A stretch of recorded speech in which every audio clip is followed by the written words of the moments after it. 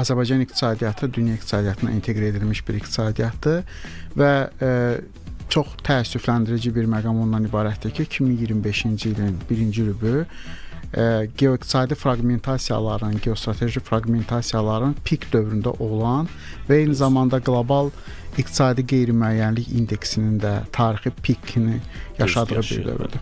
Yəni çox çətin bir dövrdür.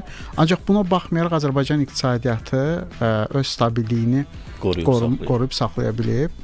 Bunun üçün bunu demək üçün həm makroiqtisadi indikatorlar bizə əsas verir, həm də ölkədəki iqtisadi vəziyyət, ölkədəki iqtisadi gündəliyin özü bizə bunu deməyə əsas verir. Bilirsiniz ki, Azərbaycan Respublikası Prezidenti tərəfindən hələ 2022-ci ildə çox önəmli bir sərəncam imzalanmışdı ki, Azərbaycan 2030 Milli Prioritetlər sənədi və onun birinci fazası elə məhz 2022-26-cı illəri əhatə edir. Biz indi hal-hazırda onun sonuncu dekadasına qədəm qoymuşuq və mən hesab edirəm ki, biz bu kontekstdə baxsaq, həmin dönəmdə Azərbaycan iqtisadiyyatının qarşısında qoyduğu çağırışlar, sosial-iqtisadi siyasətin manevr belə deyək, arealı düzgün konturlar üzərində dəyərləndirilmişdi və biz baxsaq gündəlik hökumətin sosial-iqtisadi gündəmi modern çağırışlara adekvatdır, yəni qlobal çağırışlara adekvatdır.